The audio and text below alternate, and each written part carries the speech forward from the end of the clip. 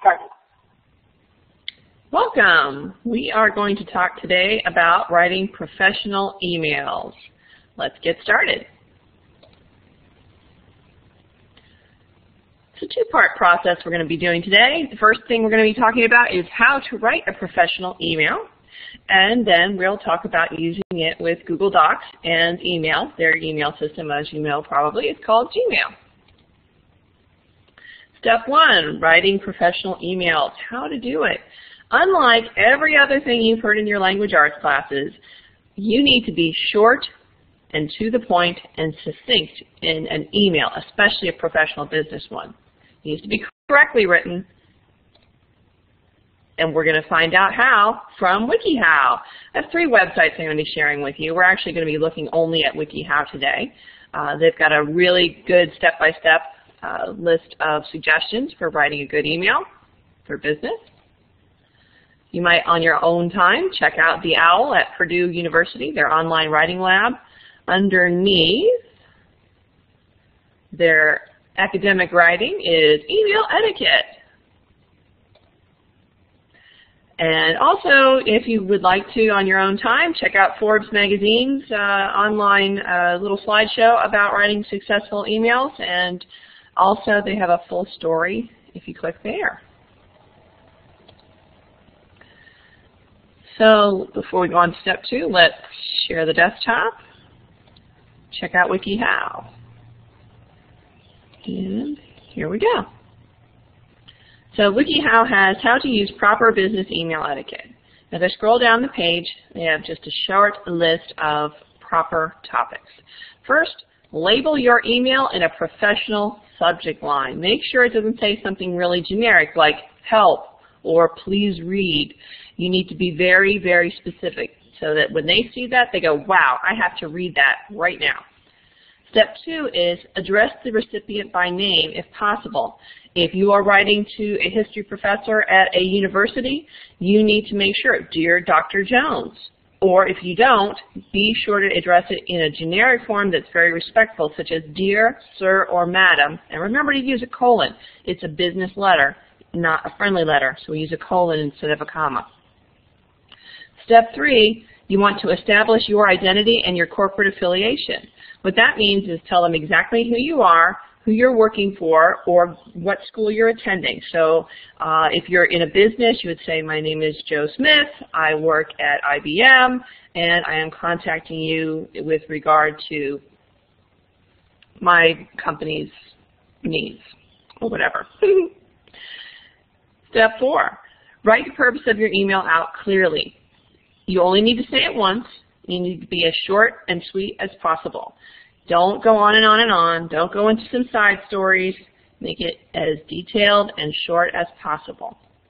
With that, step 5, avoid slang or rambling in your emails.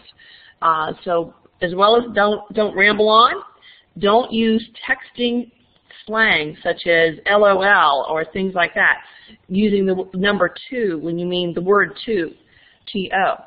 That is inappropriate in a business letter. So check these websites out at your leisure. I'm going to stop sharing my desktop with you now. Back to the whiteboard, and we're on to step 2. So we're going to be talking about writing an email, and in Google, as you know, Gmail is their email, and incorporating the use of Google Docs in this too. But first, let's talk about the parts of an email. The send button obviously sends that to the people you're addressing the email to. The to line is where you put the people that you're sending their email addresses, but there are 2 other lines that sometimes people don't know about. There's the CC line. This is for people you are carbon copying. That's what CC stands for, carbon copy. This means another person is in on the conversation. They might not take part in the conversation, but they need to be aware of it. Such as if you're doing this for school, you might be CCing your teacher so they're aware that you're doing this for your report or your project. The third one is BCC. This stands for blind carbon copy. And this is used in some circumstances when you have like dozens and dozens of people you're sending an email to. They don't need to see a long list of who all is being the recipient of the email. this hides their email addresses. It keeps them private as well. But you have to be very, very careful with blind carbon copy, because sometimes people don't like to be in that situation where they don't know who else is getting the email. So here's my subject line. I was very specific, writing to a teacher about using a video that they created. I addressed him here by his name.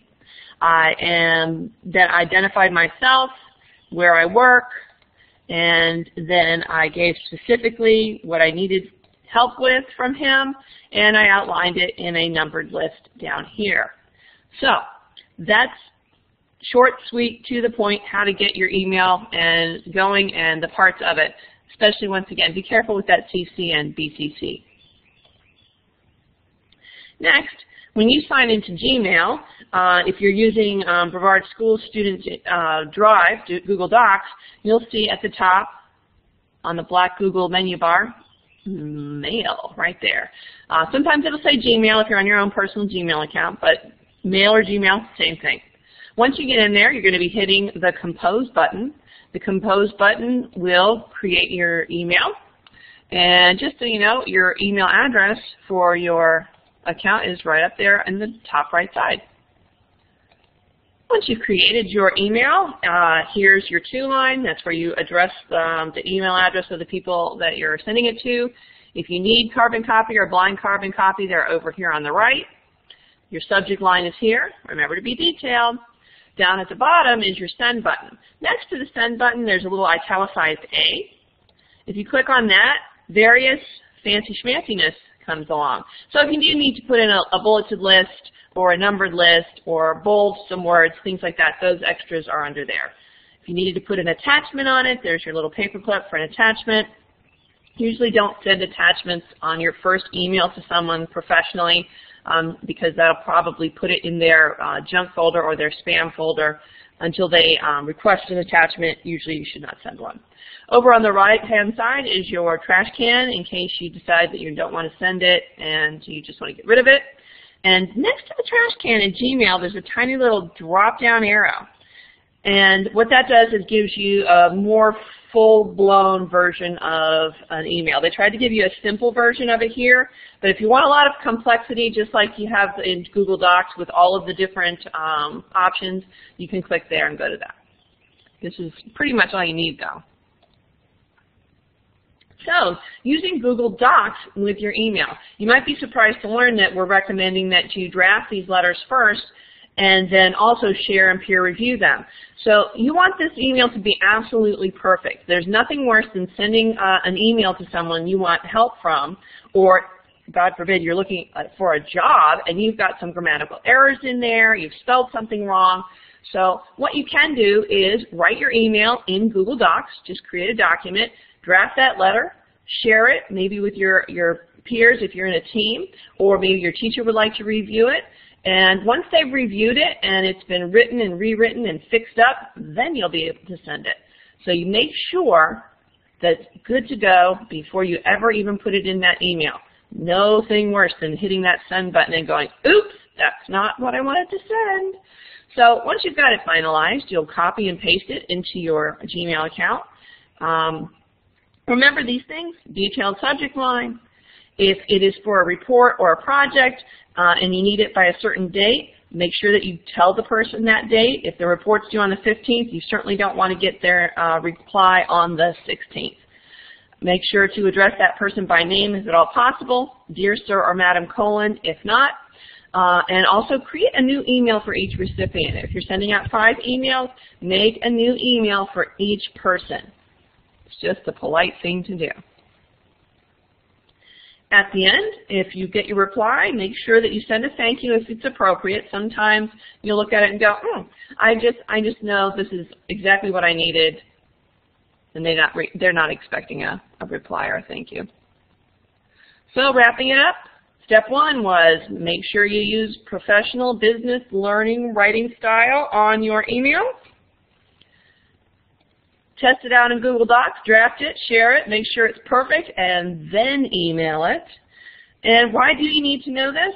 Well, when you're looking for a job and an internship today, most of your conversations and your communications are going to be through email.